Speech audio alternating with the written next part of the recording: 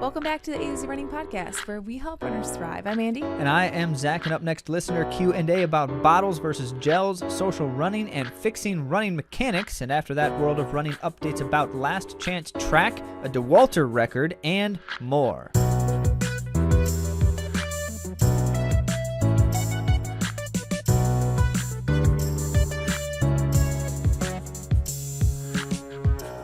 All right, this is A to Z Running, which means we're answering your questions, because that's like the core essence of the best things that we do is interact with runners. So we've got some real exciting and fun things to share in response to some very interesting questions.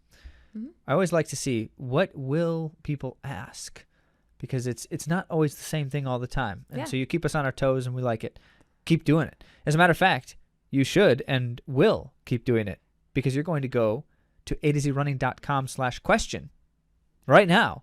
Well, probably not, because you're probably running right now. But you'll do that soon to ask even more questions. And I should note, one of the things that would potentially be even more valuable to you as you think about what questions are on your mind is when we answer a question and it tends to bring about more questions, because you're thinking, well, that's a fascinating thought, but then here's my situation, not exactly the same as someone else's.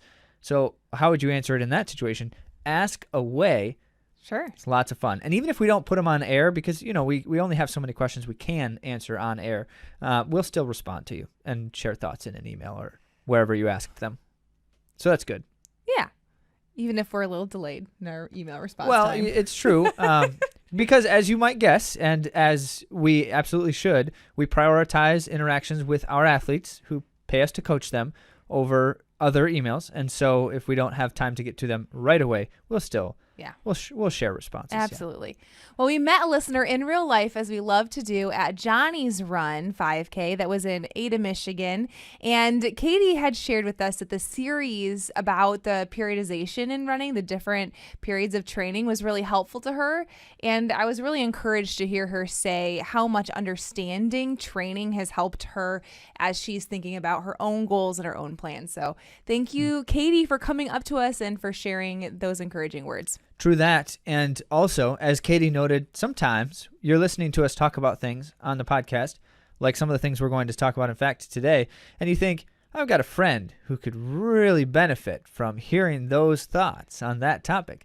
It's not a bad idea to share that episode with that friend, but maybe in a way that doesn't sound like you really need this, because sometimes we that all feels, really need this, right? Well, it's true. Everyone needs to hear what we have to say. No, even if we understand things about running and training, it is still really good to be able to have these dialogues and to think about it more thoroughly, because I can only speak from my own experience, but sometimes my goals and running can become something I'm really attached to and don't have the greatest objective vision for my own training, even though I understand it. So being able to have these conversations, and then, you know, coaches have coaches. Zach has a coach, Barry McGee. I have a coach, which is Zach. You know, so all of this is because we want to be able to thrive as runners, and having great quality conversations about training and the science of running, and then having great guests on our podcast. Like last week we had Fernando Cabada on our podcast to talk about his experience. All of it aids into helping us become better runners and to enjoy the sport more. It's true, and added to the fact that you know that if A to Z Running says it, that it's gold. Oh, goodness gracious. So how can we ever go wrong? All right, well, anyway, there's plenty of ways we can go wrong. We just pretend that we didn't, and then you believe us. Right? Zach. No? Oh, I'm still not getting there. No. This is why we need Andy, so that Zach doesn't keep stuffing his foot in his mouth. He's off the rails. Well, by the way, we've got a lot to say that is, in fact, going to be fun to talk about. So we should probably just go ahead and get started with your questions.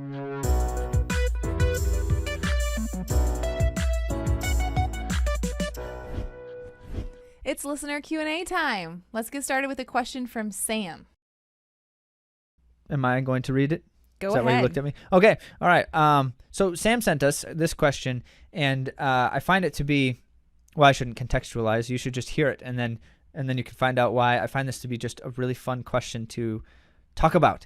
Okay. Why do most pros fuel with bottles? Sam writes. He's talking about bottles filled with something liquid.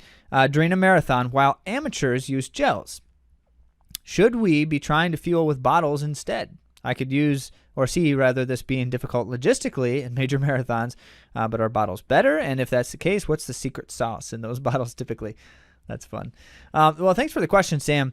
I find this to be really interesting because on a few layers. One, it's a question about what's actually happening with the bottles and what like the elites are doing in races and things like that.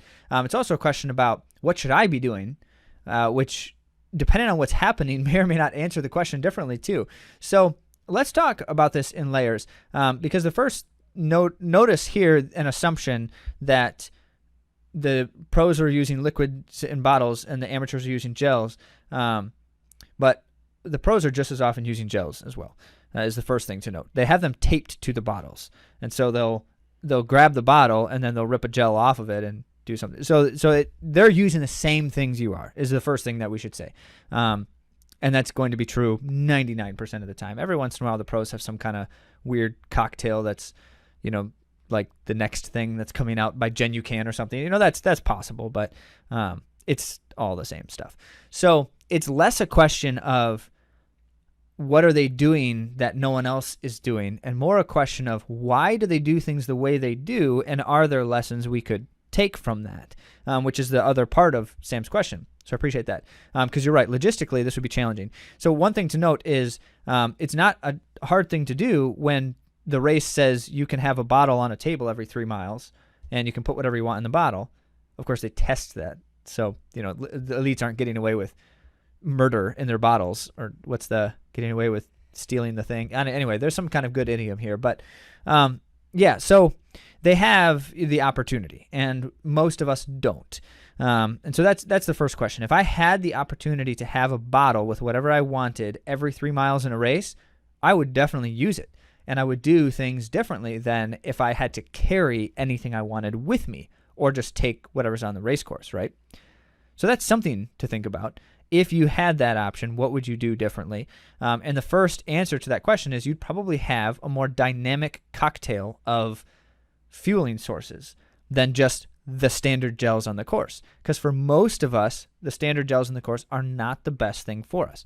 I hear this almost every time I talk with a runner about the race plan fueling, nutrition plan, and well, they have Martins at this race, but I don't really like Martins, or that doesn't really sit well with me, or that's not the one that I train with normally, that kind of thing. We hear it all the time, right?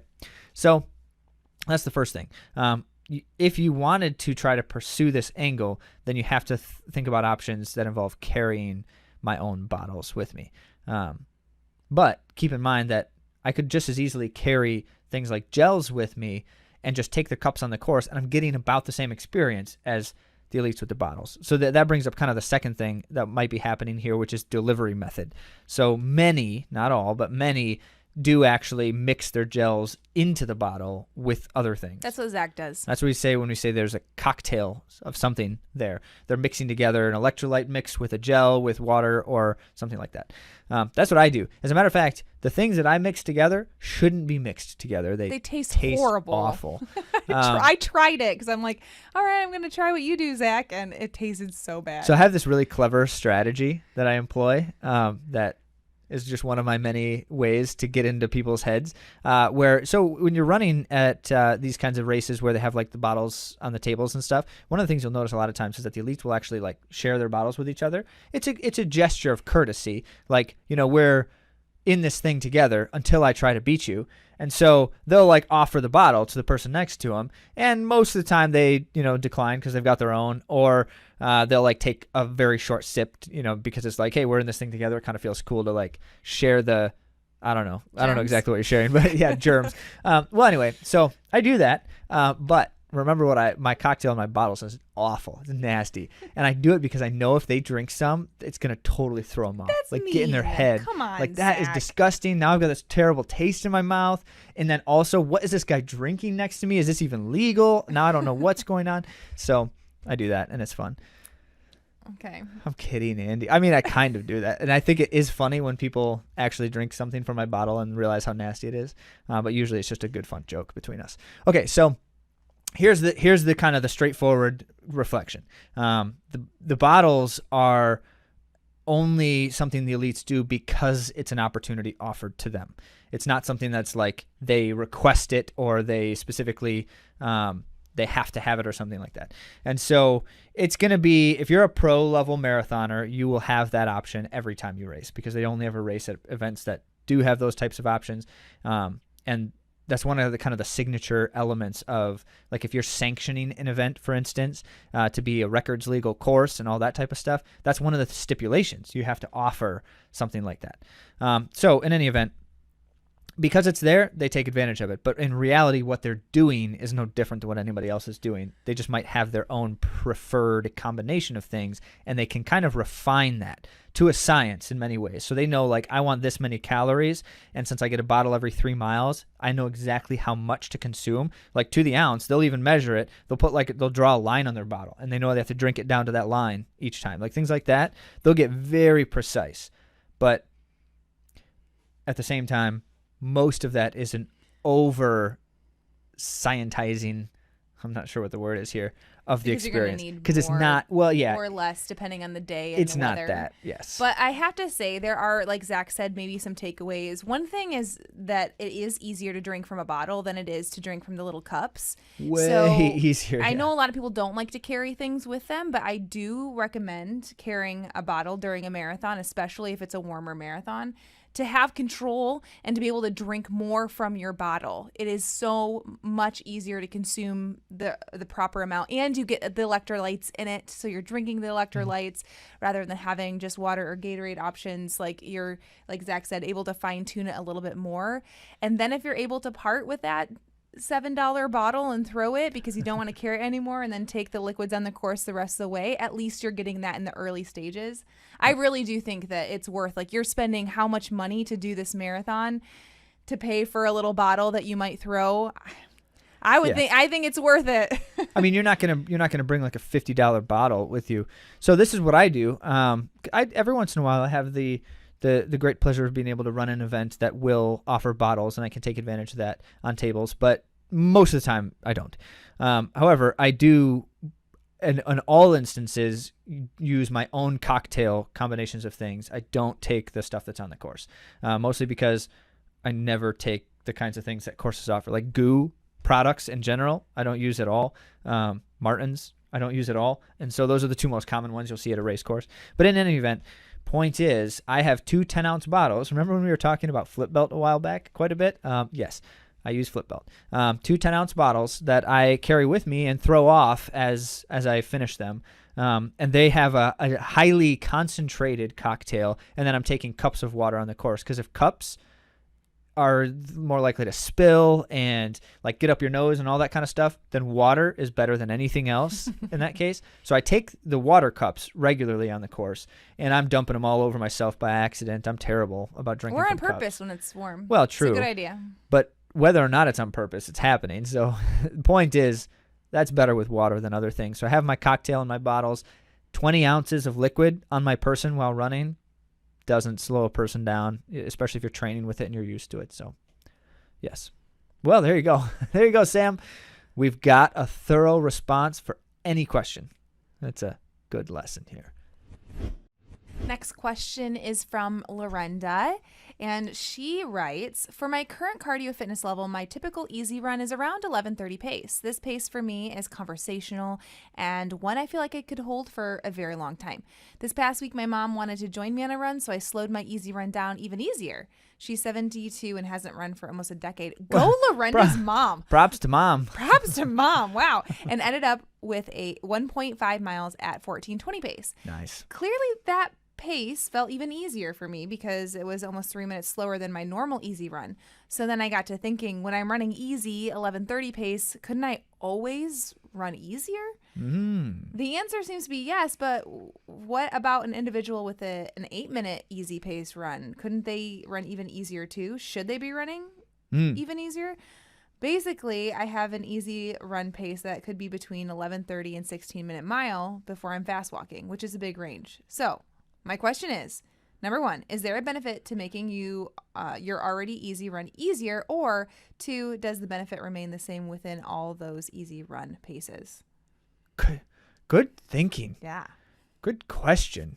So we've got a couple layers of thoughts here for you, Lorenda, because there are, in fact, a number of considerations that shift with any kind of question. However, first, we have to say there's a lot of asking about pace here. We don't really talk about pace much here. I'm kind of kidding. I guess, but it's true. So we're talking about effort, and that's what you're saying as well. But we're not really going to address the question of pace as much as we're going to address the question of degrees of effort, because that's going to produce that result in pace. It would be much better if you ignored the pace altogether, didn't even know anything about it, and then tried to answer this question in terms of what exertion looks like here. So you have to frame every reflection on efforts around the intent of the training period. What is it that I'm trying to do with my training right now? And in knowing that, we can answer these types of questions. This is true for any kind of running efforts. So naturally, an easy run has multiple different potential uses and benefits depending on what I'm doing in that period of training. So for instance, musculoskeletal could be one, where all it is I need to just put the load on my body. And in theory, in that instance, if that's my only goal, I could accomplish that at just about any pace. So just about any degree of effort, which then translates to you'll have situations like a good example is I was asking Barry McGee, my coach, about doubles. He was encouraging me to do some additional double runs during a period of time, and his point to me was they can be as slow as you want, they can be as easy as needed. Just trying to load up my body a little bit more. And then a friend of mine said, well, you should just go run with your kids then, knowing at the time that my kids might run a mile with me. We're talking about maybe we could get up to 15 minutes worth of running. And he's like, just go run with them. That sounds like a great way to do a double run. He's like, sometimes I go into my backyard and I just run around with my kid. And at the time, I think his son was a year and a half or so while he was saying this to me. And he's like, I just go run around with my kid while I'm like tossing a ball and he's just kind of crawling after it. And it's, things like that, except for his kid was walking because his kid started walking at a super young age. Very impressive. Anyway, point is, there's definitely a time when it's not relevant, depending on what that run purpose is. And so if the argument is, this is what I'm doing here in my training, how easy should I run? Then I would suggest that there's a time, like when you're kind of building up, that you don't need to exert yourself at all. And so you should hold that effort as low as is reasonable in possibility. So you mentioned, Lorenda, you could go as slow as maybe 16 minutes per mile and still call it running before you're like fast walking. I would argue that there's somewhere probably before you get to 16 minutes per mile where you don't really feel like you're actually running anymore, but you're kind of just shuffling your feet in a running type of motion. I think that becomes too slow or too low of an effort. You want to maintain a running mechanic, a natural running mechanic. And however slowly you can do that, that's a good musculoskeletal stimulus and achieves that purpose during that time. However, here's the caveat. The assumption is the reason you're going that slow during that time is so that you can build up the load, the volume, more quickly, safely. So if I'm slowing down that much because I'm trying to run more and I want to make sure that I'm doing so healthily, then it makes sense to keep those runs as minimal of an effort as possible. So it may well be that you can run as minimal of an exertion as possible, but if you're not building up volume, you don't need to run that easy to achieve that goal. And so this is where the caveat is. I run as easy as I need to achieve that purpose, but it's not as much of a training stimulus when I'm exerting myself that little. So that's where I can gain more from the run if I don't need to run that easy within a degree of reason. So this is where, Lorenda, you say in the question, which is a good question to ask. Does the benefit remain the same?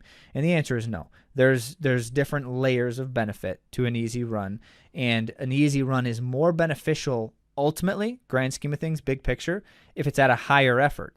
To a certain degree, because then you leave easy when your effort is too high. But all efforts have a range, and easy could be considered something like 50 to 70% of maximum effort, right? That's a large window. We're talking about 20% worth of a window there. And that doesn't include jogging, which is a kind of easy effort, which is 50% and below. So if I am looking for, okay, in this given period of time, when you're building up your base foundation of total volume, running load, when you're doing that, it's better to keep the effort as low as possible so you can build things up faster, right? As long as it's safe and you're healthy.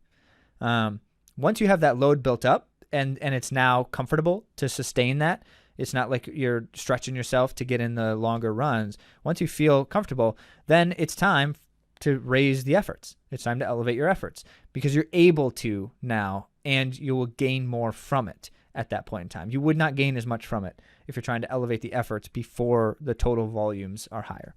So easy running then has, at a little bit higher effort, has greater value only if you are already structurally strong. So this is then in your situation here. For now, if you can increase those total volume, the total load, if you can increase how much you're running each week at the degree of effort you're giving right now, and it's comfortable, then you're good. You're fine. You don't need to slow it down substantially. Take every day as its own day. You don't try to coerce a pace ever. Just give the amount of effort, and some days it'll be faster, some days it'll be slower, and that's all good. But then what it comes down to is once you're there in terms of total volume, you will be increasing the overall effort as well of easy running. Not a lot, and there's going to be an ebb and flow. For every runner, there should be the assumption that when I need to go easier, I will go easier, no matter what the paces say, which is why we should just throw out the watch anyway. But that's kind of the layer and how you'll see those layers involved. Did I touch on everything? Yeah, and just one more time, go Lorenda's mom. There you go. I love that. I love that she's back running that after a significant amount of time. That's great. We have another question from Daniel. And he had a running gait analysis, which identified some asymmetry, left leg that strikes the ground further outside center line. And then there was a suggestion from his PT that he needed to overcorrect on the stride. Is that right? I guess we think so. We don't know exactly where the suggestion came from because we're not exactly sure who conducted the gait analysis. But someone did, and we thought it was his PT because he was mentioning his PT as well. So as it goes, Daniel added some additional context because he sent us running footage to show us, here's how I'm running right now when I'm running naturally, and here's what it looks like when I'm trying to make this modification while running based on this suggestion that he received, right, to correct his own stride. So we got to actually watch the footage, which is awesome. Side note, he shared with us that in trying to implement this fix, over time he has noticed, this has been a while, he's been doing this for several weeks. Over time, he's noticed that his hips and his back have been getting tighter and sorer, more kind of progressing and worsening over time. And so that was the context for something. I want another opinion here. So thank you, first of all, Daniel, for sending along, and especially appreciate the footage because that allowed us then to be able to see what's happening. And here's what we noticed when we watched the footage. First, definitely the observation that your legs are striking differently positionally is quite apparent. And we don't have the full gait analysis footage. We just have footage taken outside while he's running by a camera, so to speak. I think it was someone's phone, but and so even there, which is less precise than a full-on gait analysis camera setup, it's clear. So that's a good observation. His left leg is striking the ground a little bit to the side, and so you see a little bit of a kind of a side hitch. But then also his left foot, as he's approaching ground strike, is rotated outward. Is that externally rotated, and so supination. No, not that way. Ankle rotation. Oh. Yeah. And so when he's about to strike the ground, his left foot suddenly rotates inward. It almost kind of like snaps in. It's really interesting. And then he hits the ground in a somewhat natural. His foot strike actually looks fairly normal once it actually strikes the ground, but it's right before it strikes the ground where this motion happens. It's a very apparent thing. And so as we see that, we watch then a before and after. And so in the before, this is like him saying, this is how I'm just running when I'm not thinking about it. And what's clearly needs correcting. And then here's how I'm running when I am trying to correct it based on the suggestion that he received. And unfortunately, you can still see the asymmetry. So that effort to correct is not fully correcting it, which is almost always going to be the case in a situation like this. It's very hard to correct a running mechanic while we are running. We'll get to that in a moment. So that's where we then bring in some considerations here, some suggestions. So Andy, first of all, Andy's the form running queen, having studied under the form running king, I guess we would call you the princess then, wouldn't we? Because you're kind of you're like his protege. We'll just call you the form running protege. I'm a running nerd. All right. So how do we correct any kind of running mechanic? Well, it has to be autonomous or automatic. Yep. So doing the running drills before and after running is the best way to do it. But also in addition to the strengthening exercises a PT might recommend, those are also ways to do it. I do think that there are some cues you can give yourself while you're running. And I know that that's part of your conversation here is like fixing it while you're running is not the place, but it is okay to be mindful and to try to think of things that are good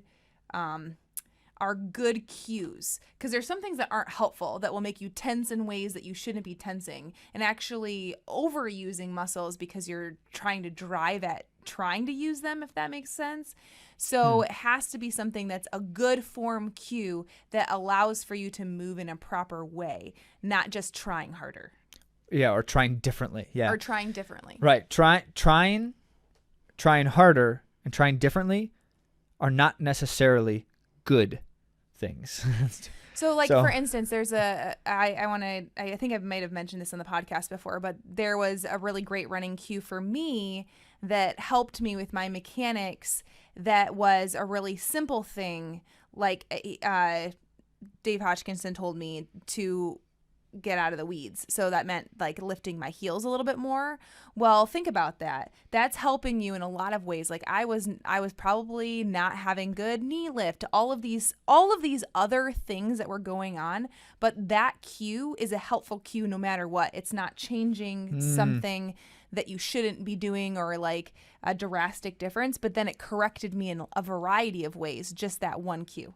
But I will say it's not a helpful cue no matter what for everyone. No. And here's why. Because when Andy made that adjustment, when she consciously thought the thought that Hodge gave her to think and something changed, the result of that change was correct. In that instance, if someone says, lift your heels, and the person begins to try to make that change, and the result is a bad running mechanic, then that's a bad cue, and that person needs to address, this goes back to Andy's first comment, it has to be autonomic function first. Your body needs to be able to move properly before, while running cues, will actually serve to benefit you long term. There are certain things you can do that just help you in terms of like energizing your running mechanic, which is kind of what Andy's describing. But ultimately, your body needs to be able to move properly. And it probably needs to be able to do that on its own without you having to consciously direct, because we just can't. Fundamentally, we can't consciously direct an incorrect motion into a correct motion unless our body already knows how, unless we've established that pattern neurologically, neuromuscularly. So this goes back to Jay Deshairy's work on this stuff. We've referenced his work for years now. The book that inspired it for us, and then we pursued learning more about what he's done with this stuff, is Running Rewired. And he writes extensively about the principle of wiring motion into our brain and doing that first as the most important element to be able to then address these other things. I would say if there's like a significant thing that's not right in your mechanics, there probably is something else underlying, though, like some really crazy tightness that you have going on, or weakness, or compensation.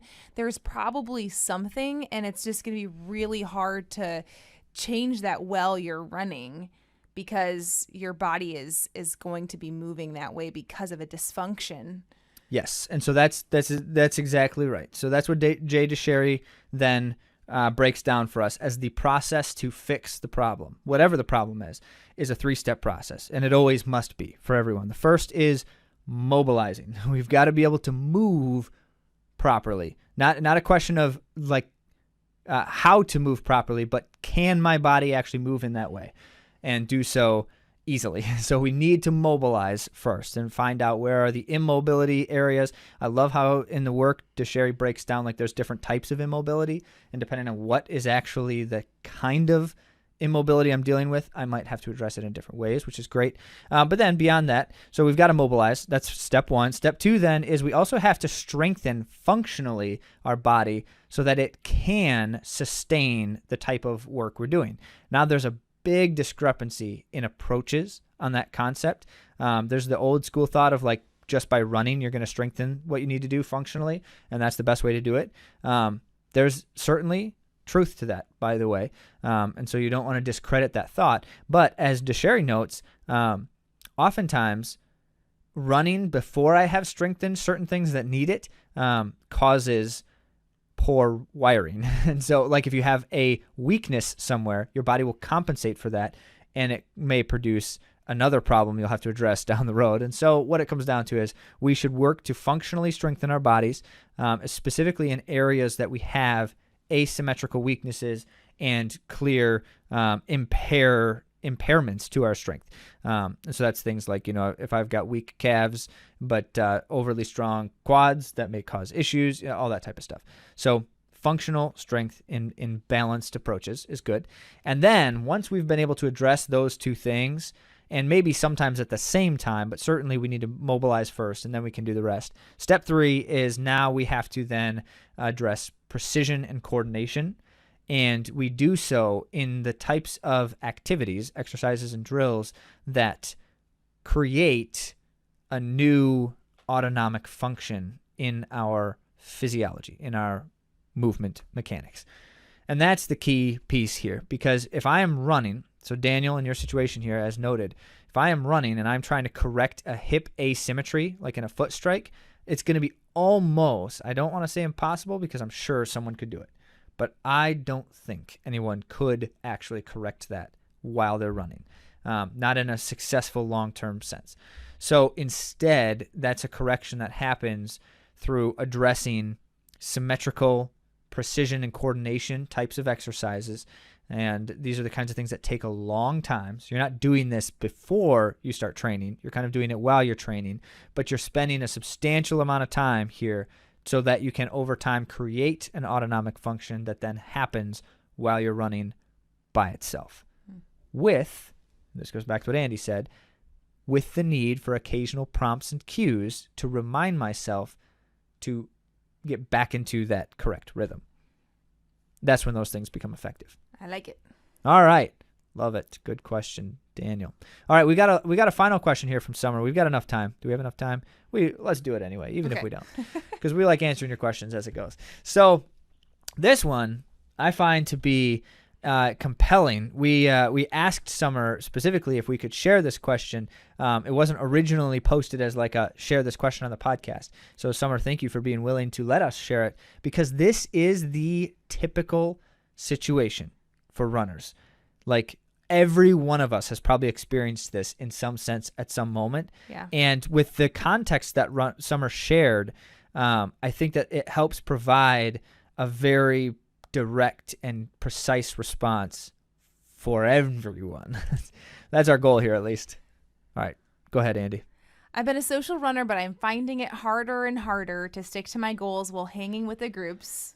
So I'm navigating that, even if it means starting with everyone to help me get out the door and then doing my own thing once we start. So that was the first point. And then we actually asked for more clarity because Summer had shared, it's harder to jive this balance, and we wanted to know more. What's actually happening that's difficult, and what are you trying to do about it? So Summer shared more. The group I run with is generally faster than me, especially out of the gate. Their easy effort is my steady effort, and they start off much faster than I like to start.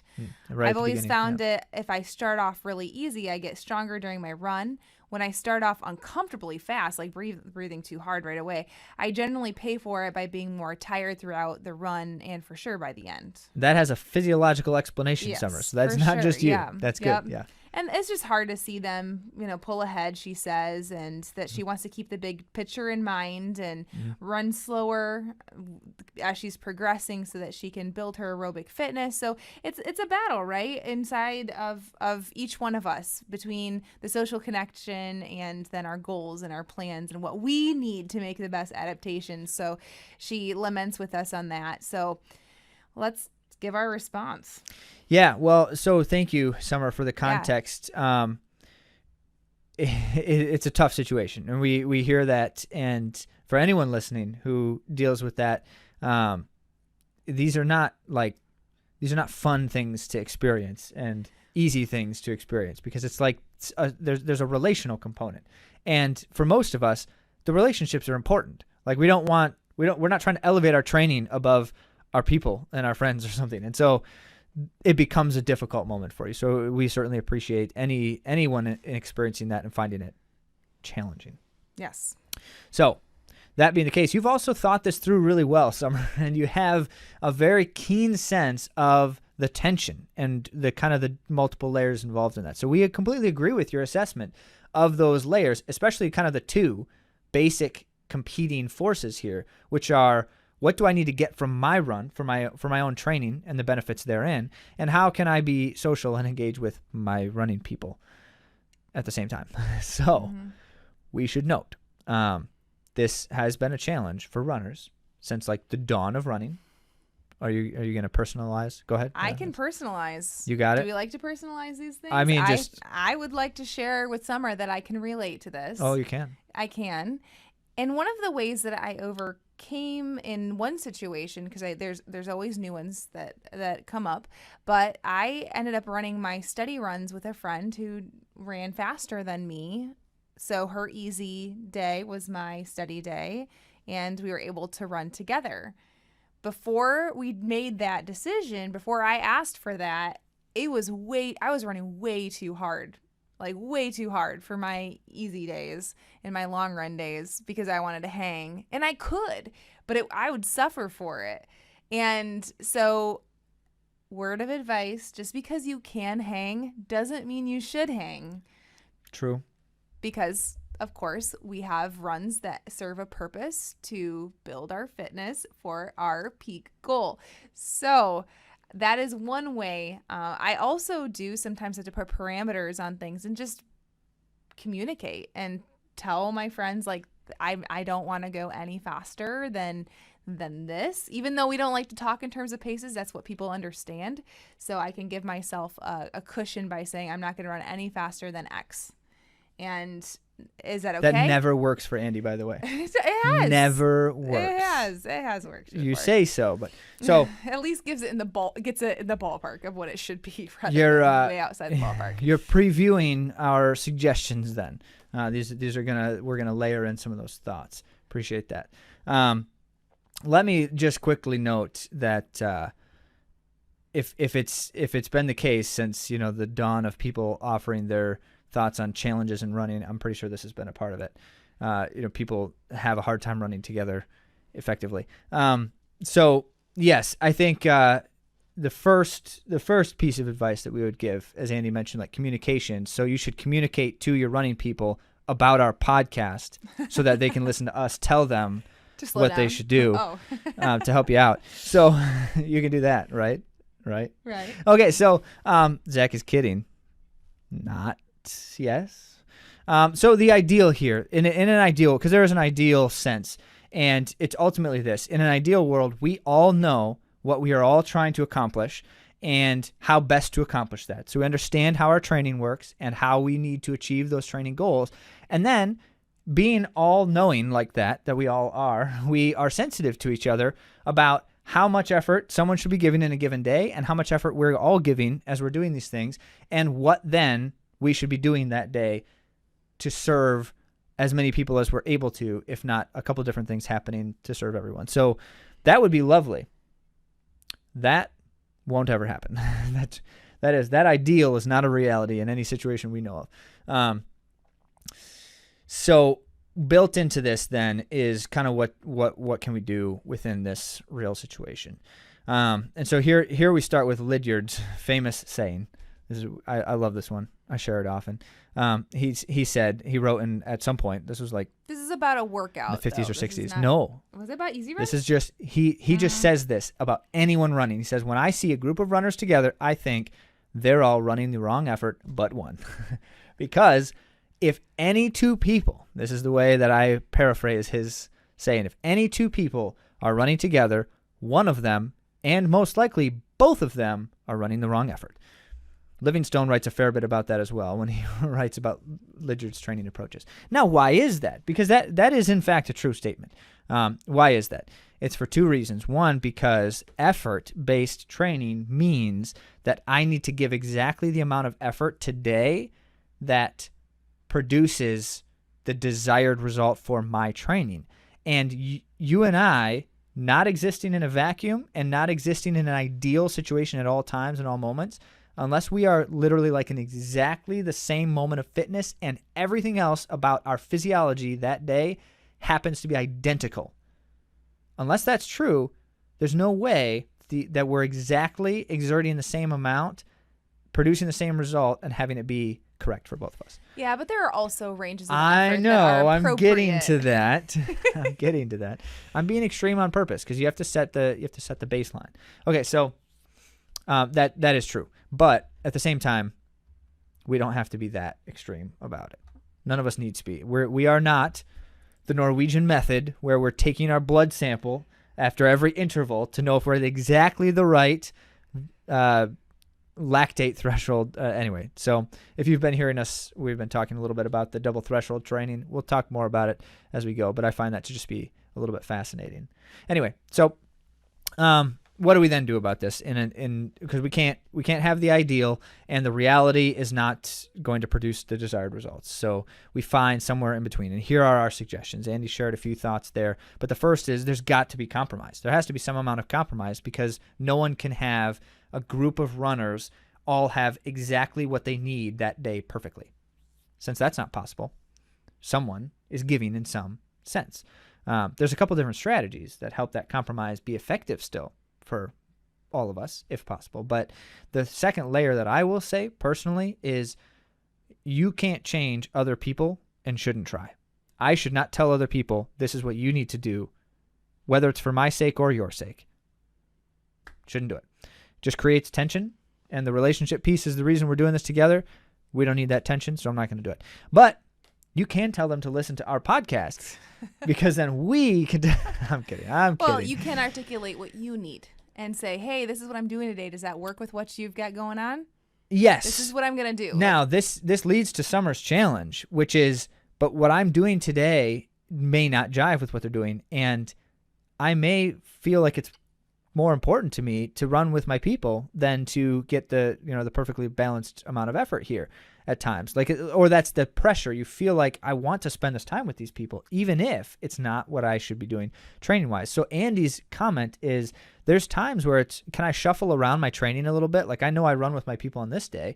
Do you happen to have a coach, Summer, who can adjust your training schedule and say, well, on that day, we could have it be a steady effort so that your friends who run whatever they're running produces for you what's more like a steady experience? We can get that done for you.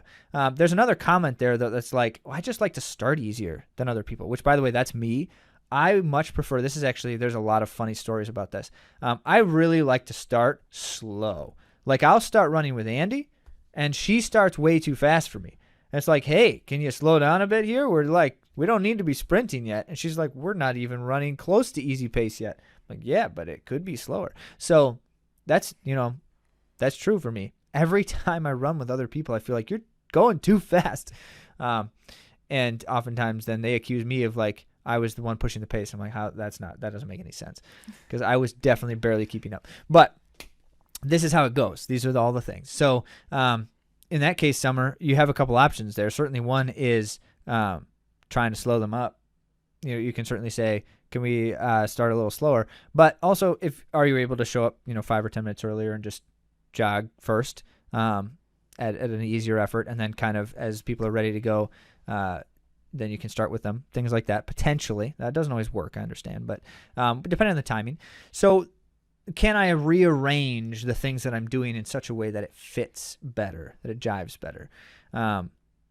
Depending on the phase of training that isn't always available to us. And that's where Andy's comment, again, is like just communicating my needs. Oftentimes, if people knew that might influence what they're doing, they might realize, oh, yeah, I don't need to run any faster than whatever you want to do, and that's great for me today. Other times, they may not, and they're jerks, and so I'm kidding. But I get it, and so there's some complications we got to kind of navigate with that. And there could be someone who's also needing to slow it down too, and you just gave them the opportunity and the place to also do what's right for their training as well, because a lot of times the pressure is to push instead of the pressure to back off, and some people need the opposite. So just being able to be there and doing your thing the way you need to do it might actually be a good influence. In fact, you could be the best influence on them by simply some gentle prompting. Yeah, no, it's not simple. These things are not easy and not straightforward, but we encourage you to pursue angles that allow for both, because we certainly understand and agree that I love running with people. Well, Andy does. Yeah, I do. I don't. Much. I don't Sometimes like. You do. I mean, I don't really like people. That's not true, guys. He says these things. I got to run with one of our athletes the other day, and it was great. It doesn't happen as often as it ought to, and so I was glad for that. All right. Well, since we've answered all your questions now, and certainly have the opportunity to answer even more of them by you asking them at AtoZrunning.com/question. For now, let's get on to the world of running.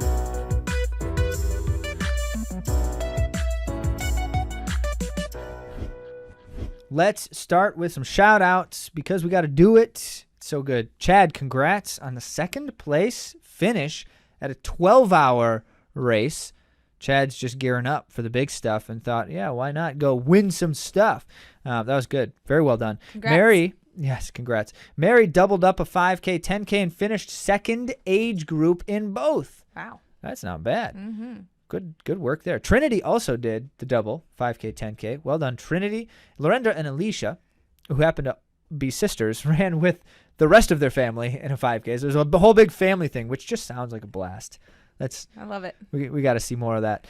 Good stuff. Speaking of with family. Yes, and Emily, yeah, with family in a 10K, pushed family members, being kids, in a double jogger. So yeah. Lots of good fun there. Jared was second overall in a 5K, and Michelle rode a 40-mile Gran Fondo, because, bikes are fun too. And we certainly talk about that as well. Congrats, everyone. Congrats on lots of great racing. A to Z runners are showing up and doing fun things. Mm-hmm. For fun, some people like to run on the track, and the 2023 USATF NYC Grand Prix featured some headliner athletes, including Athing Mo. She hasn't raced in 11 months, so everyone was wondering, is Athing Mo going to, run at the U.S. Championships? Is she going to run ever again? Or is she just going to walk the runway modeling now? She could. Do you remember Athing Mo? People listening, you should. You should. But you might not, because we haven't talked about her in so long, because she hasn't been doing anything. So she hasn't raced in 11 months, as I said, but she ended up showing up for her opener in 1:58.73. For the 800. Winning by 2 seconds. Pretty good. Yeah. Pretty good opener, especially after not racing for so long. And she ran it in a conservative way. She ran it really... As far as we can tell. Yeah, she looked very in control, and then she dove in a little bit to her quicker gears in the end and ran really well. to her credit, she always just looks in control and that's true. Smooth. So it's hard to know when she's actually having a hard time. She could have been like all the way down in the bottom of the well for that, and you wouldn't know. Yeah, so that's true. That's good. That's exciting. So for the USA, Athingmo is like the shining star in the 800 meters right now. She's the American record holder, right? Yes. And 155. this is the problem. Since she hasn't been doing much, we haven't been spending a lot of time reviewing her accolades. But she's a defending medalist, and that's the key right there. When you have a gold medalist, defending world champ, it's just really exciting, and you want to see them, at the top of the game as long as possible because she's young as well. So. Yeah. Good work there. Well, Andy tries to figure that out. A quick note here for the men's 800, also exciting. So she does. She has. Yes, Yep. okay, she broke Ajay Wilson's 800 meter record. She ran 155.04. Yes. Yep. And I do recall that. I just yeah, me too. But then you made me second guess myself. Well, because then there's like Keely Hodgkinson just broke like a record, and so then. But she's from Great Britain. I know, but it starts to make me doubt. Have I been not thinking? So many records. So many records. All right. Straight. So Bryce Hoppel won the men's race. He's looking good and strong, which is great because Bryce Hoppel has been strong on the world scene for the U.S. in 800. But then Hobbs Kessler showed up. He ran a PR 800 meter. What did he finish? Third. Finished third. Yep. And Hobbs Kessler is definitely, we're hoping, is like the next great threat in the mile scene. Recall that he has the high school 1,500 meter record. Set that at 3:34, which is like way faster than the next fastest time. So it's huge. But then he just didn't do anything for a year.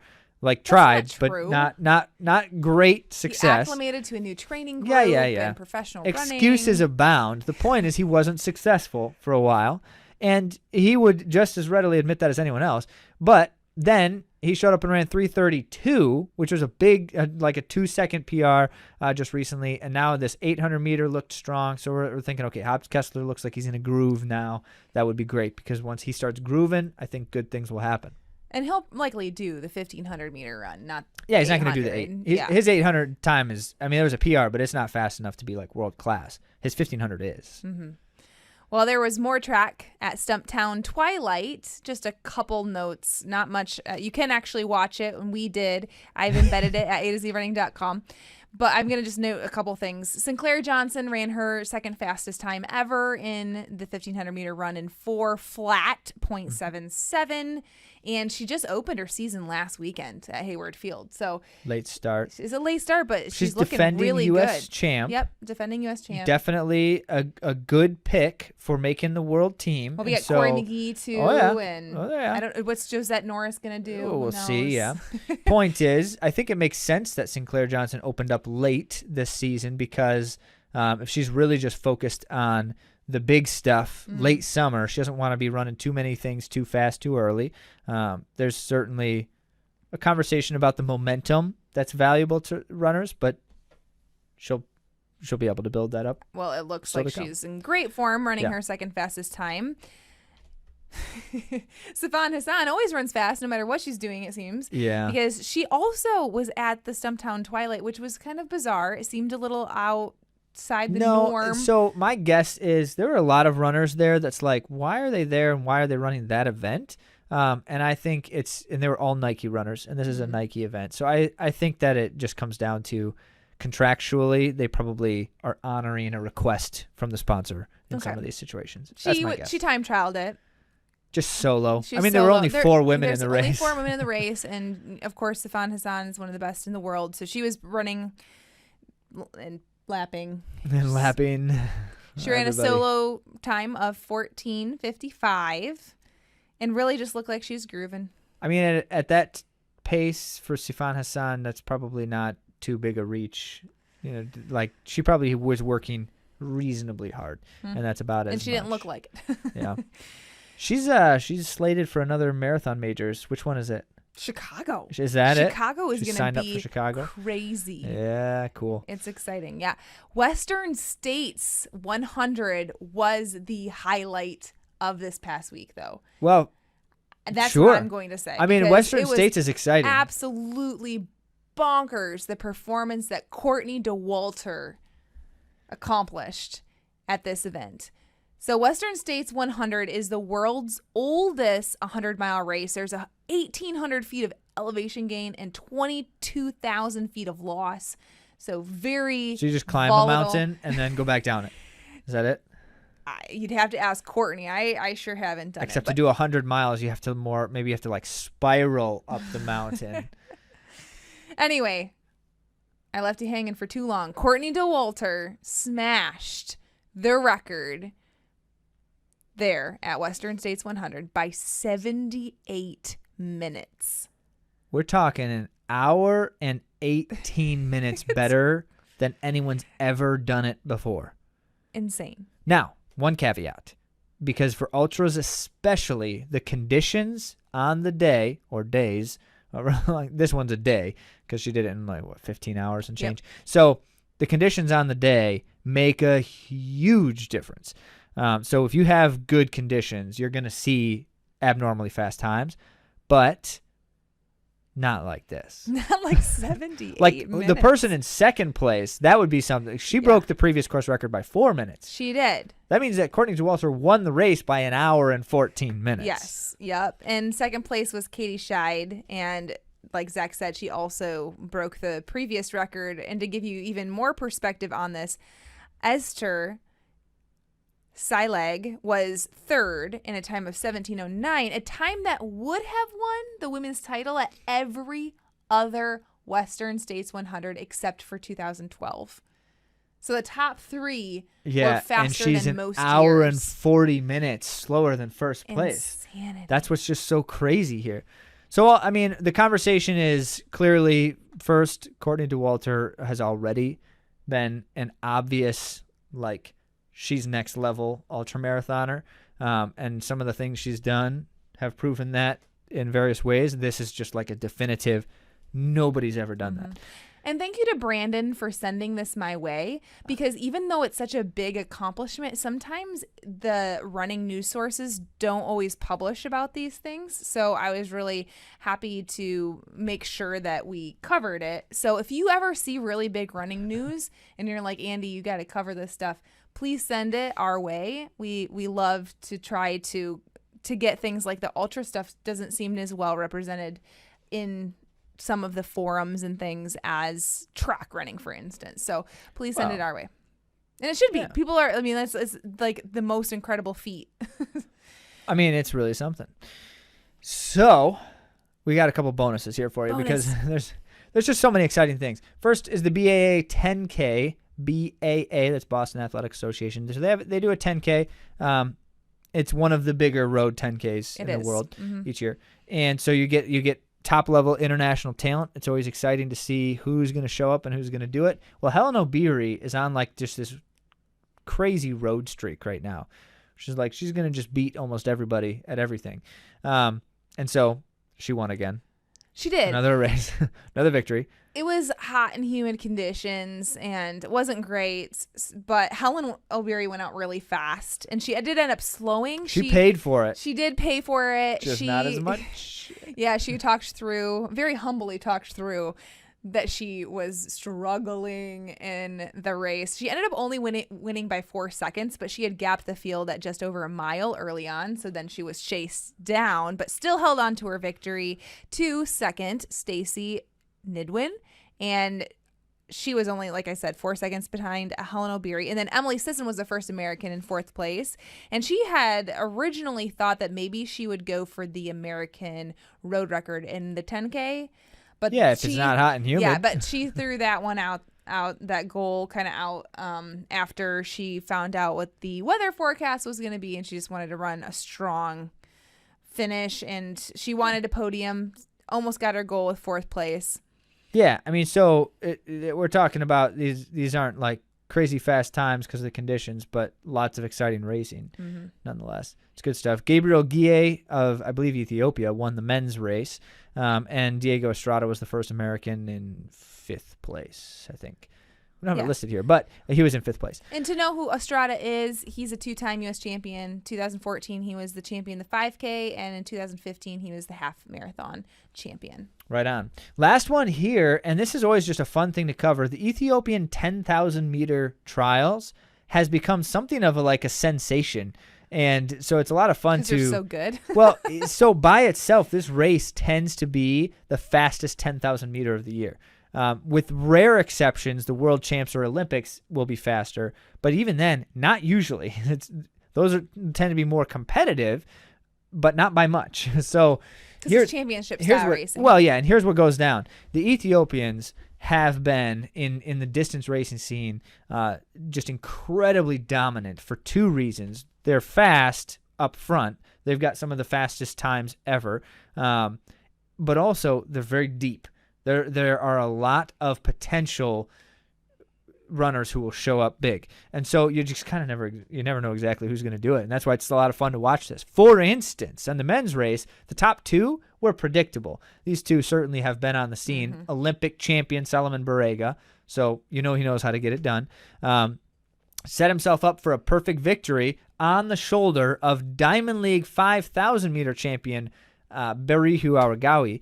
And Aragawi leading with 100 to go, but Barega's on his shoulder. Barega's known for his good kick, but he couldn't quite do it.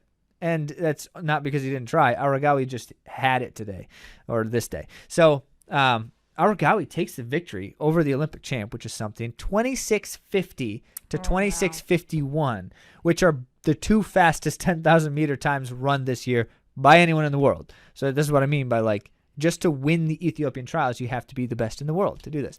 So they did it, and they were fast, and that's exciting. But on the women's side, well, hang on. In 3rd place. Yeah, 3rd place. That's why I said, yeah. This is a U20 person. Well, that's why I mentioned that you never know what's going to happen here, because this guy, 17 years old, Yisma Dailu, finished 3rd in 27:08, which is the 2nd fastest ever U18 time.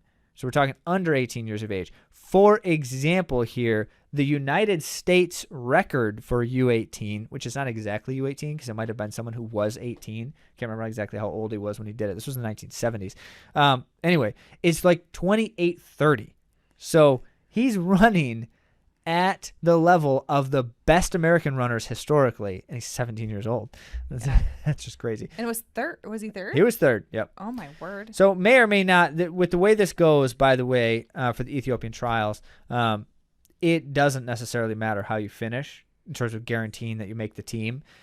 Certainly the one who wins is going to be selected, but beyond that, they use discretionary seats. They don't necessarily take people that there are some instances in many years where it's why did they not take that person and took someone else? And so it's not always straightforward, but good chance that this 17-year-old might end up on the who knows, on the Ethiopian team. Yeah. And then in the women's race, it just continued. Yeah, the women's 5,000 champ Gudaf Sige dominated the run, running the 4th fastest time ever of 29:29 in the 10,000.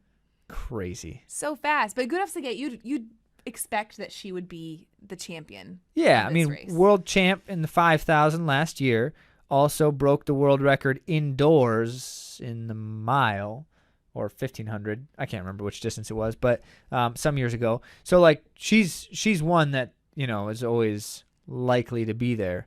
But when she goes that fast. And then the next 2 are both under 30 minutes. So like Zach said, the depth is incredible.